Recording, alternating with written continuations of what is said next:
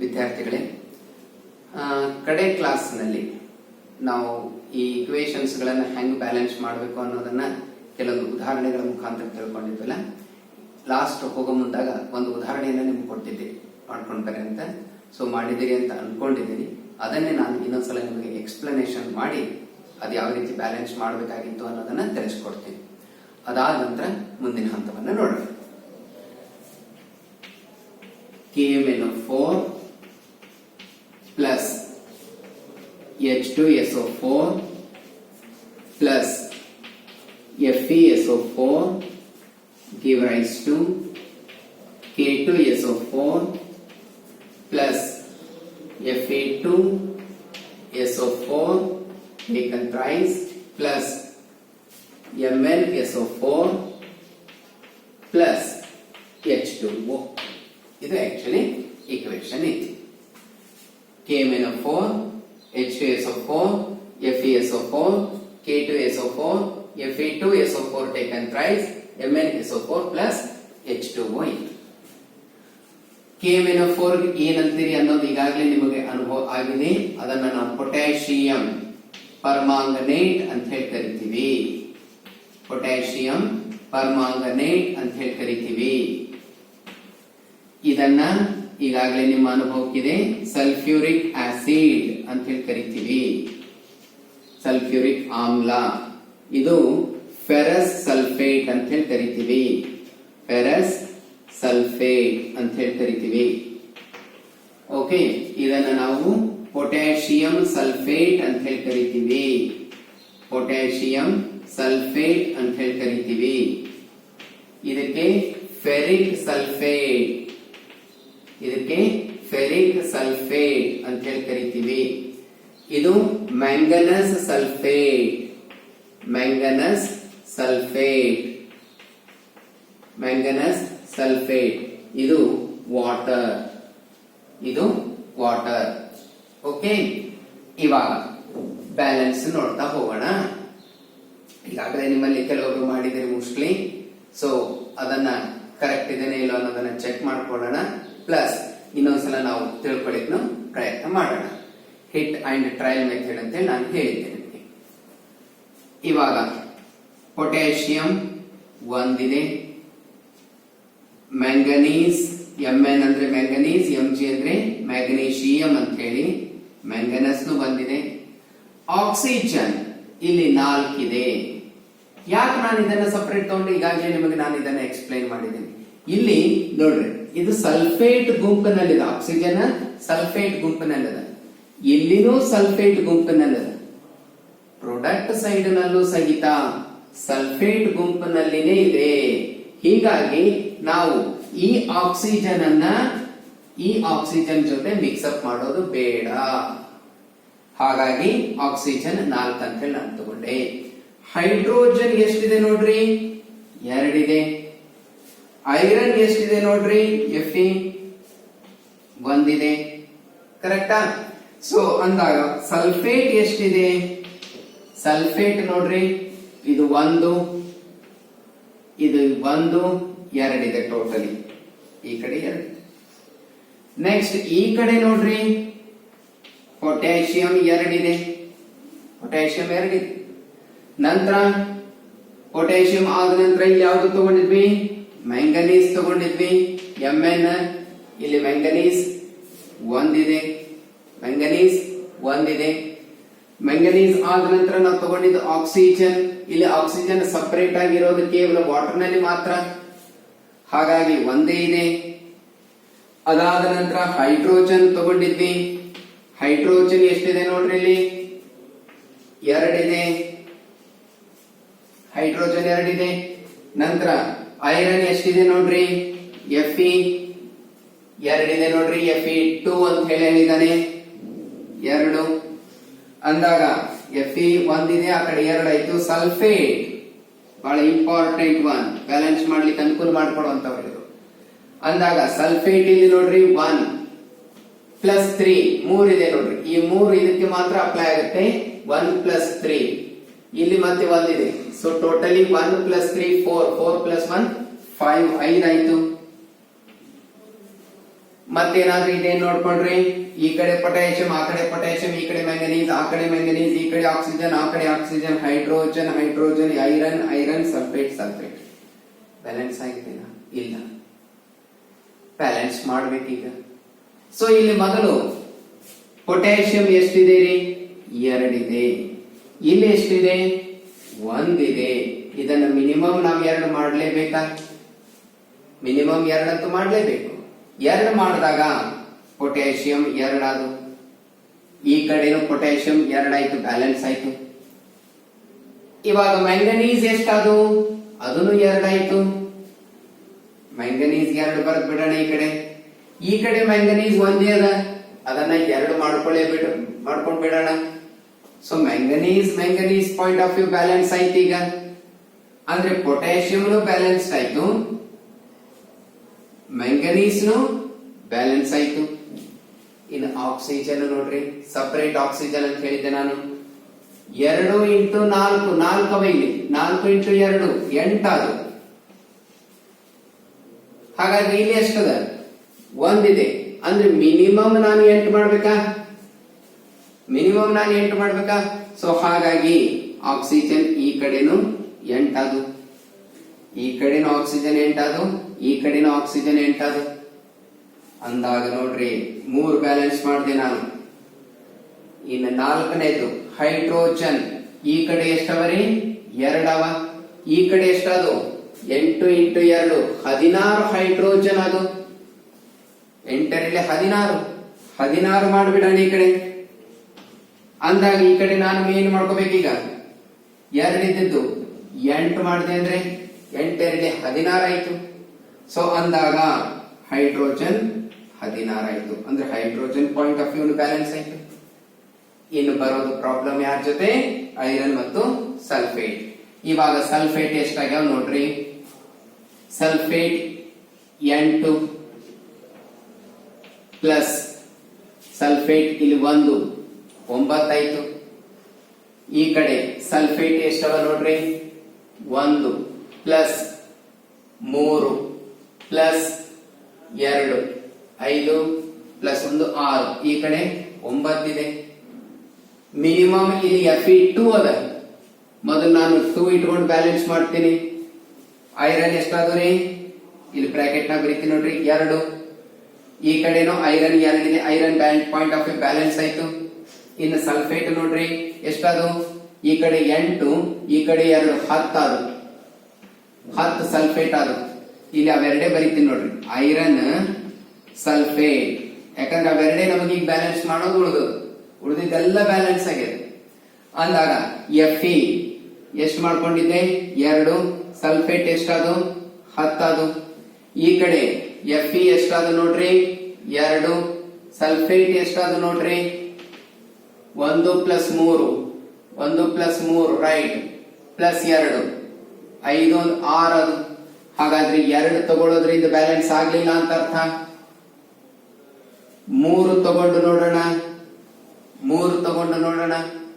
3 ತಗೊಂಡಾಗ ಬ್ಯಾಲೆನ್ಸ್ ಆಗುತ್ತೇನೆ. ಯಾಕಂದ್ರೆ ಇಲ್ಲಿ 2 ಅದ, ಇಲ್ಲಿ 3 ಅದ, ಬ್ಯಾಲೆನ್ಸ್ ಆಗಂಗಿಲ್ಲ. ಅಂದ್ರೆ ಆಡ್ ನಂಬರ್ಗಳು ಬ್ಯಾಲೆನ್ಸ್ ಆಗ್ತಾ ಹೋಗೋದಿಲ್ಲ ಅನ್ನೋದೊಂದು ಲಾಜಿಕ್ ನಮಗೆ ಐಡಿಯಾ ಬರುತ್ತೆ. ಸೊ ಇಲ್ಲಿ 3 ಅದ, ಇಲ್ಲಿ 2 ಅದ, ಅಂದ್ರೆ ಈವನ್ ನಂಬರ್ ನಾಗೆ ನಮಗೆ ಮಾಡ್ಕೊಳಿಕ್ ಬೇಕು. ಹಾಗಾಗಿ 3 ವರ್ಕೌಟ್ ಆಗೋದಿಲ್ಲ. 4 ತಗೊಂಡು ನೋಡೋಣ. 4 ತಗೊಂಡಾಗ Fe ಎಷ್ಟಾದ್ರು? ಇಲ್ಲಿ 4 ಅದು. ಈ ಕಡೆ ಮಿನಿಮಮ್ ನಾನು 2 Fe2 ಮಾಡ್ಕೋಬೇಕಾ? ಅಂದಾಗ Fe ಪಾಯಿಂಟ್ ಆಫ್ ವ್ಯೂ ಅಂತೂ 4 ಆಯ್ತು. ಇನ್ನು ಸಲ್ಫೇಟ್ ಎಷ್ಟಾದ್ರು ನೋಡ್ರಿ, ಈ ಕಡೆ ಇವು 4, ಸಲ್ಫೇಟ್ 4 ಪ್ಲಸ್ 8 12 ಅದು ಸಲ್ಫೇಟ್. ಈ ಕಡೆ ಸಲ್ಫೇಟ್ ಎಷ್ಟಾದ್ರು? 12 ಅದು. ಈ ಕಡೆ ನೋಡ್ರಿ 1 ಆಸ್ ಇಟ್ ಈಸ್ ಇಡೋಣ. 2 3 6 ಅದು, 2 3 6 ಅದು, 6 2 8 9 ಆಯ್ತು. ಈ ಕಡೆ ಸಲ್ಫೇಟ್ ಎಷ್ಟದು? 9 ಆಯ್ತು. ಹೌದಾ? ಸೊ ಅಂದಾಗ 4 ವರ್ಕೌಟ್ ಆಗೋದಿಲ್ಲ ಅಂತ ಅರ್ಥ ಆಯ್ತು. 5 ಅಂತೂ ಆಗೋದೇ ಇಲ್ಲ. ಯಾಕಂದ್ರೆ ಇಲ್ಲಿ ಏನದ? Fe2 ಅದ, ಈವನ್ ನಂಬರ್ ನಾಗೆ ಬರ್ತದೆ. ಇಲ್ಲಿ ಆಡ್ ನಂಬರ್ ತಗೊಂಡ್ರು ಅಲ್ಲಿ ಈವನ್ ನಂಬರ್ ಬೇಕು ನಮಗೆ. ಅಂದ್ರೆ ಇಲ್ಲಿ ಈವನ್ ನಂಬರ್ ಮಾಡ್ಲೇಬೇಕು ನಾನು. 5 ವರ್ಕೌಟ್ ಆಗ್ಲಿಲ್ಲ. 6 ತಗೊಂಡು ನೋಡೋಣ. 6 ತಗೊಂಡಾಗ ನಾನು ಇಲ್ಲಿ ಎಷ್ಟು ಇಡಬೇಕು? 3 ಇಡಬೇಕು. ಯಾಕಂದ್ರೆ 3 into 2 6 ಆಯ್ತು. Fe 6 ಆಯ್ತು. ಈ ಕಡೆ Fe 6 ಆಯ್ತು. ಈ ಕಡೆ Fe 6 ಆಯ್ತು. ನಂತರ ಸಲ್ಫೇಟ್ ಎಷ್ಟಾದ ನೋಡ್ರಿ? 8 ಅಂತೂ ಫಿಕ್ಸ್ ಅದ. 6 ಆದ. 8 6 14 ಆದ. 8 6 14 ಆಯ್ತು. 8 6 14 ಆಯ್ತು. ಈ ಕಡೆ ನೋಡ್ರಿ, 1 ಪ್ಲಸ್ 3 3 9 ಆಯ್ತು. 3 3 9 ಆಯ್ತು. ಪ್ಲಸ್ 2 9 1 10 12 ಆಯ್ತು. ಈ ಕಡೆ 14 ಅವ, ಈ ಕಡೆ 12 ಅವ. ಮತ್ತೆ ಬ್ಯಾಲೆನ್ಸ್ ಆಗ್ಲಿಲ್ಲ. ಮತ್ತೆ ಚೇಂಜ್ ಮಾಡ್ಬಿಡೋಣ. 7 ಅಂತೂ ತಗೋಪ್ಲೇ ಇಲ್ಲ, ಯಾಕೆ ಈವನ್ ನಂಬರ್ ಅಲ್ಲಿ ಆಡ್ ನಂಬರ್ ಅದ. ಸೊ ಅಂದಾಗ 8 ತಗೊಂಡು ನೋಡೋಣ್ರಿ. 8 ತಗೊಂಡಾಗ ಇಲ್ಲಿ ಎಷ್ಟು ಮಾಡ್ಬೇಕು? ನಾನು 4 ಮಾಡ್ಕೋಬೇಕು. Fe ಪಾಯಿಂಟ್ ಆಫ್ ವ್ಯೂ ಎಷ್ಟಾಯ್ತು? 8 ಆಯ್ತು. ಈ ಕಡೆ Fe ಪಾಯಿಂಟ್ ಆಫ್ ವ್ಯೂ 8 ಆಯ್ತು. ಸಲ್ಫೇಟ್ ಯೋಚನೆ ಮಾಡ್ರಿ. 8 ಪ್ಲಸ್ 8 16 ಅದು 16 ಆಯ್ತು. ಈ ಕಡೆ ನೋಡ್ರಿ 1 4 3 12 ಆಯ್ತು. ಪ್ಲಸ್ 2 12 2 14 1 15 ಆಯ್ತು. ಆದ್ರೆ ಮತ್ತೆ ಸಲ್ಫೇಟ್ ಪ್ರಾಬ್ಲಮ್ ಆಯ್ತು, ನಮಗೆ ಬ್ಯಾಲೆನ್ಸ್ ಆಗಿಲ್ಲ ಅಂತ ಅರ್ಥ. 8ರಿಂದ ಬರ್ಲಿಲ್ಲ. 9 ಅಂತೂ ಬರೋದೇ ಇಲ್ಲ. ಯಾಕಂದ್ರೆ ಆ ಕಡೆ ಈವನ್ ನಂಬರೇ ಕೊಡ್ಬೇಕು ನಾವು. ಸೊ ಅಂದಾಗ 10 ತಗೊಂಡು ನೋಡ್ಬಿಡೋಣ. ಹಿಂಗೆ ನಾವ್ ಏನ್ ಮಾಡ್ಬೇಕು? ಇವ ಯಾಕೆ ಡಿಸ್ಟರ್ಬ್ ಮಾಡಿಲ್ಲ ಅಂದ್ರೆ ಇಲ್ಲಿ ಹೈಡ್ರೋಜನ್ ಕಂಪ್ಲೀಟ್ಲಿ ಬ್ಯಾಲೆನ್ಸ್ ಆಗಿದೆ. ಯಾಕಂದ್ರೆ ಹೈಡ್ರೋಜನ್ ಇರೋದೇ ಒಂದ್ ಕಡೆ, ಅದು ಆಕ್ಸಿಜನ್ ಜೊತೆ ಬಾಂಡ್ ಆಗಿ ಏನಾಗಿದೆ? ವಾಟರ್ ಆಗಿ ನಿಂತಿದೆ. ಹಿಂಗಾಗಿ ಹೈಡ್ರೋಜನ್ ಡಿಸ್ಟರ್ಬ್ ಮಾಡಬಾರ್ದು ಅನ್ನೋ ಉದ್ದೇಶದಿಂದ ನಾನೇನ್ ಮಾಡಿದೀನಿ? ಇದು ಫಿಕ್ಸ್ ಮಾಡ್ಕೊಂಡಿದ್ದೀನಿ. ಇನ್ನು ಇದರಲ್ಲಿ ಅಷ್ಟು ಎಲಿಮೆಂಟ್ಸ್ ಗಳು ಬ್ಯಾಲೆನ್ಸ್ ಆಗ್ಯಾವ. ನಮ್ಗೆ ಪ್ರಾಬ್ಲಮ್ ಆಗಿರೋದೇ Fe2 ಆಗಿದ್ದು. ಅದು ಬ್ಯಾಲೆನ್ಸ್ ಆಯ್ತಂದ್ರೆ ಆಟೋಮೆಟಿಕ್ಲಿ ಸಲ್ಫೇಟ್ ಬ್ಯಾಲೆನ್ಸ್ ಆಗುತ್ತೆ ಅನ್ನೋ ಉದ್ದೇಶದಿಂದ. ಓಕೆ, ಇವಾಗ ನಾನು 10 ತಗೊಂಡೆ. Fe ಎಷ್ಟಾದು? 10. ಈ ಕಡೆನು ನಾನು ಏನ್ ಮಾಡ್ಕೋತೀನಿ? ಈಗ 5 ದಿಂದ ಮಲ್ಟಿಪ್ಲೈ ಮಾಡ್ತೀನಿ. 5 2s are 10. ಓಕೆ, Fe ಅಂತ ನಮಗೆ ಯಾವಾಗ್ಲೂ ಪ್ರಾಬ್ಲಮ್ ಕೊಡ್ತಾನೆ ಇಲ್ಲ. ಕೊಡೋದು ಯಾವುದು? ಸಲ್ಫೇಟೇ ಕೊಡ್ತಾ ಇದೆ. ಸೊ ಸಲ್ಫೇಟ್ ಎಷ್ಟಾಗ್ತಾವ ನೋಡ್ರಿ. ಇವು 10 ಇದೆ. 8 ಪ್ಲಸ್ 10 18 ಆಯ್ತು. ಸಲ್ಫೇಟ್ 18 ಆಯ್ತು. ನೆಕ್ಸ್ಟ್ ಈ ಕಡೆ ಲೆಕ್ಕಾಚಾರ ಹಾಕೊಳ್ಳೋಣ. ಇದು ಒಂದು ಆಸ್ ಇಟ್ ಈಸ್ ಬರೀಲ. 5 3 15. 5 3 15. 15 ಈ ಕಡೆ 2. So 15 plus 2 17 plus 1 18. ಅಂದ್ರೆ ಈ ಕಡೆನು 18 ಸಲ್ಫೇಟ್ ಅವ, ಈ ಕಡೆನು 18 ಸಲ್ಫೇಟ್ ಅವ. ಇದು ಬ್ಯಾಲೆನ್ಸ್. ಬಹಳ ಲಾಜಿಕ್ ಅದ. ಇಲ್ಲಿ ನೀವು ಸ್ವಲ್ಪ ಕಾನ್ಸಂಟ್ರೇಟ್ ಮಾಡಿ ಒಂದು 10-12 ಇಕ್ವೇಶನ್ಸ್ ಗಳನ್ನ ಪ್ರಾಕ್ಟೀಸ್ ಮಾಡಿದ್ದೆ ಆದ್ರೆ, ನಾನು ಒಂದೆರಡು ಅಸೈನ್ಮೆಂಟ್ ಅನ್ನು ಕೊಡ್ತೀನಿ ಇವತ್ತು, ಪ್ರಾಕ್ಟೀಸ್ ಮಾಡಿದ್ದೆ ಆದ್ರೆ ಬ್ಯಾಲೆನ್ಸಿಂಗ್ ಇಕ್ವೇಶನ್ ಪ್ರಾಬ್ಲಮೇ ಅನಿಸೋದಿಲ್ಲ. ನೀವು ಮಾಡ್ತಾ ಹೋಗಬಹುದು. ಸ್ವಲ್ಪ ಟೈಮ್ ತಗೊಳುತ್ತೆ. ಯಾವುದ್ರಲ್ಲಿ ಟೈಮ್ ತಗೊಳ್ಳೋದಿಲ್ಲ, ಎಲ್ಲಾದ್ರಲ್ಲೂ ಟೈಮ್ ತಗೊಳುತ್ತೆ. ಆ ಪೇಷಂಟ್ಲಿ ನೀವು ಕೆಲಸ ಮಾಡಿದ್ದೆ ಆದ್ರೆ ಬ್ಯಾಲೆನ್ಸಿಂಗ್ ಇಕ್ವೇಶನ್ ಟಫ್ ಆಗೋದಿಲ್ಲ. ಬ್ಯಾಲೆನ್ಸಿಂಗ್ ಇಕ್ವೇಶನ್ ನಿಮಗೆ ಈಸಿ ಆಯ್ತು, ಕೆಮಿಸ್ಟ್ರಿ 100% ಈಸಿ ಅನಿಸ್ಬಿಡುತ್ತೆ. ಯಾಕಂದ್ರೆ chemistry is full of reactions. Reaction ಗಳಿಂದೇ ಎಕ್ಸ್ಪ್ಲೇನ್ ಮಾಡ್ತೀವಿ, ರಿಯಾಕ್ಷನ್ ಗಳನ್ನ ಕೊಟ್ಟೆ ಎಕ್ಸ್ಪ್ಲೇನ್ ಮಾಡ್ತೀವಿ. ರಿಯಾಕ್ಷನ್ ಬಿಟ್ರೆ ಬೇರೆ ಏನು ಇಲ್ಲ.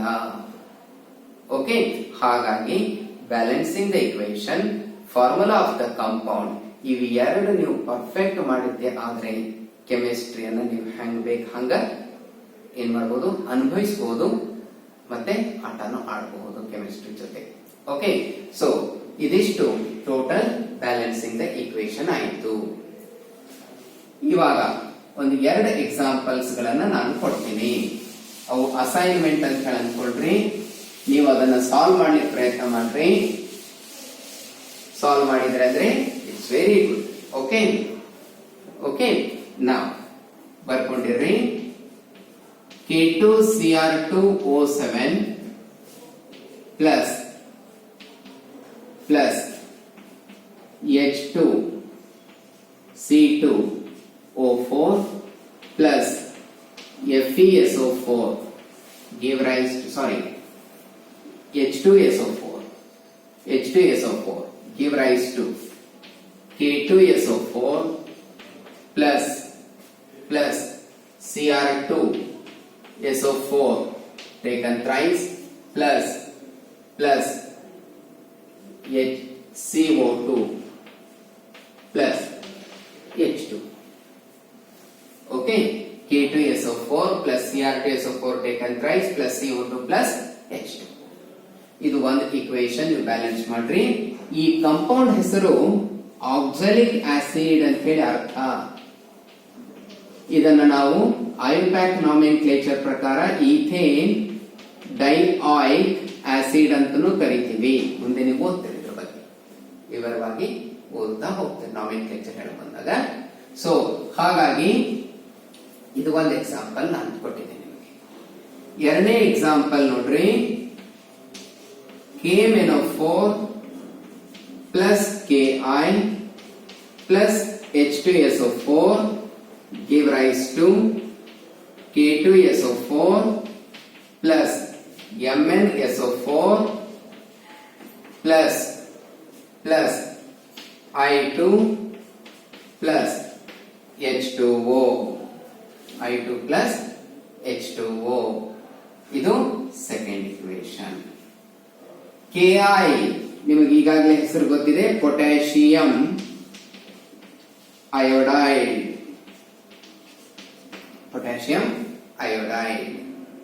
Okay, so that is about the 2 equations. ಮಾಡ್ತಿರಲ್ಲ, ಇವೆರಡು ಪ್ರಾಕ್ಟೀಸ್ ಮಾಡ್ರಿ, ಪ್ರಯತ್ನ ಮಾಡ್ರಿ. ಪ್ರಯತ್ನ ಮಾಡೋದ್ರಿಂದ ಆನ್ಸರ್ ಬಂದೇ ಬರುತ್ತೆ. ಸ್ವಲ್ಪ ತ್ರಾಸ ಆಗುತ್ತೆ, ಆದ್ರೆ ನೀವು ಪ್ರಯತ್ನ ಮಾಡ್ತೀರಿ ಅನ್ನೋ ಒಂದು ವಿಶ್ವಾಸ ನನಗಿದೆ. ಬರ್ಕೊಂಡಿದ್ದೀರಾ?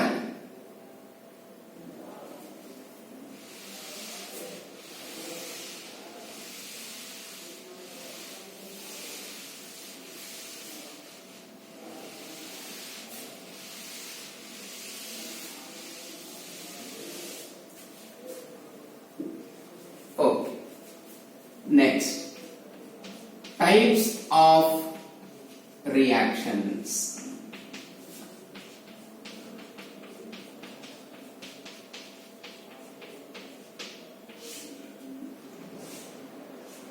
Types of reactions. ಪ್ರತಿಕಾರಕಗಳು ಉತ್ಪನ್ನಗಳಾಗಿ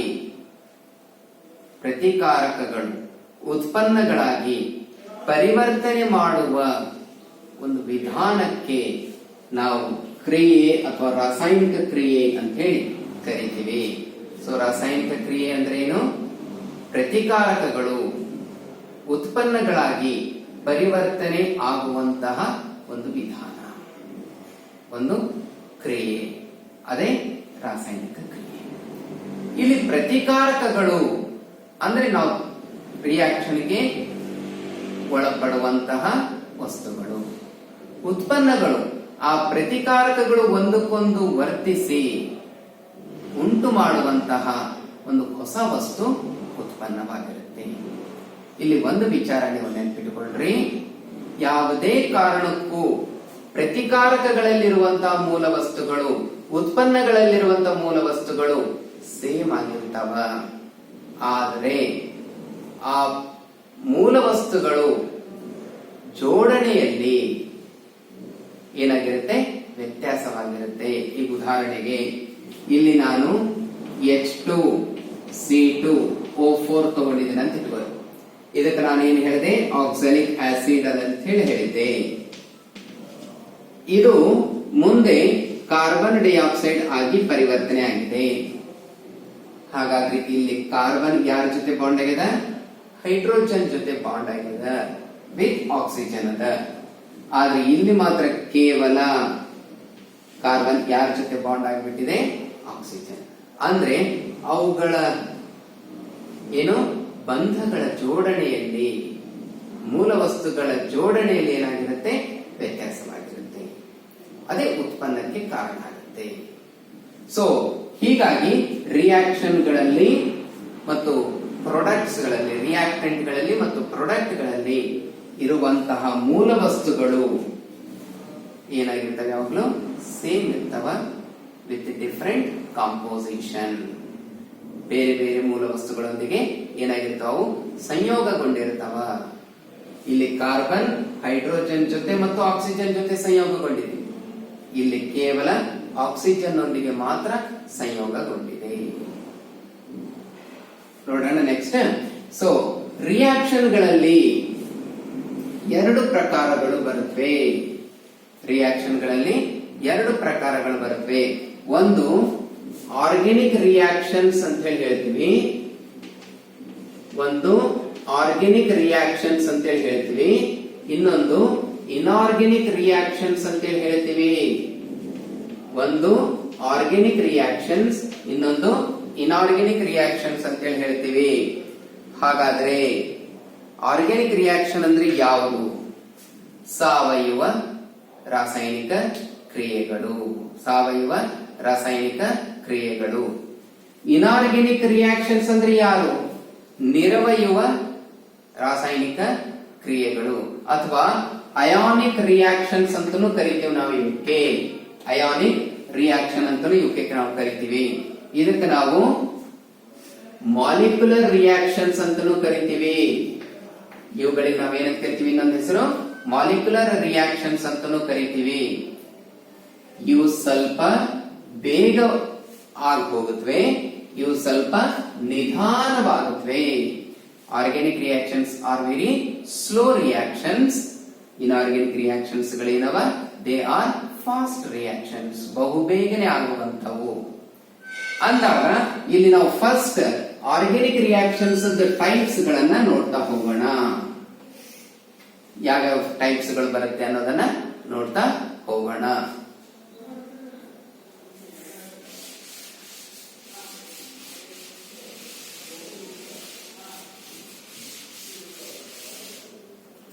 ನೋಡಿ, ಫಸ್ಟ್ ಒನ್ ಸಬ್ಸ್ಟಿಟ್ಯೂಷನ್ ರಿಯಾಕ್ಷನ್ ಅಂತ ಹೇಳಿ ಹೇಳ್ತೀವಿ.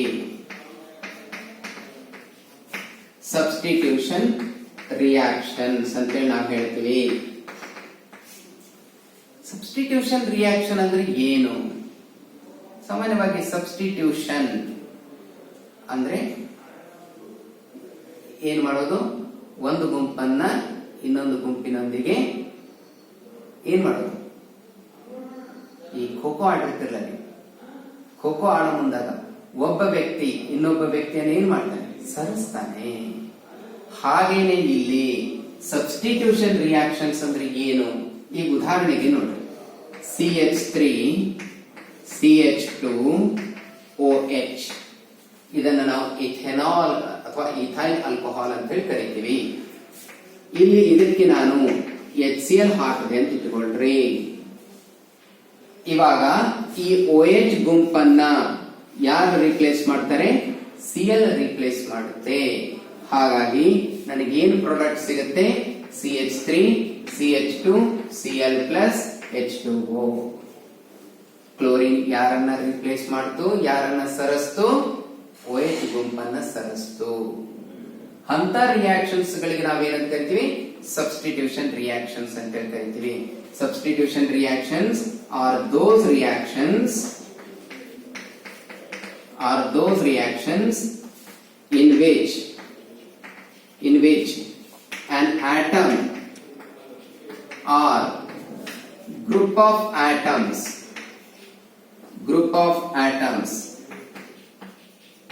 of a molecule ಅಥವಾ ಕಾಂಪೌಂಡ್ ಅಂದ್ರೆ is replaced by another atom or group of atoms.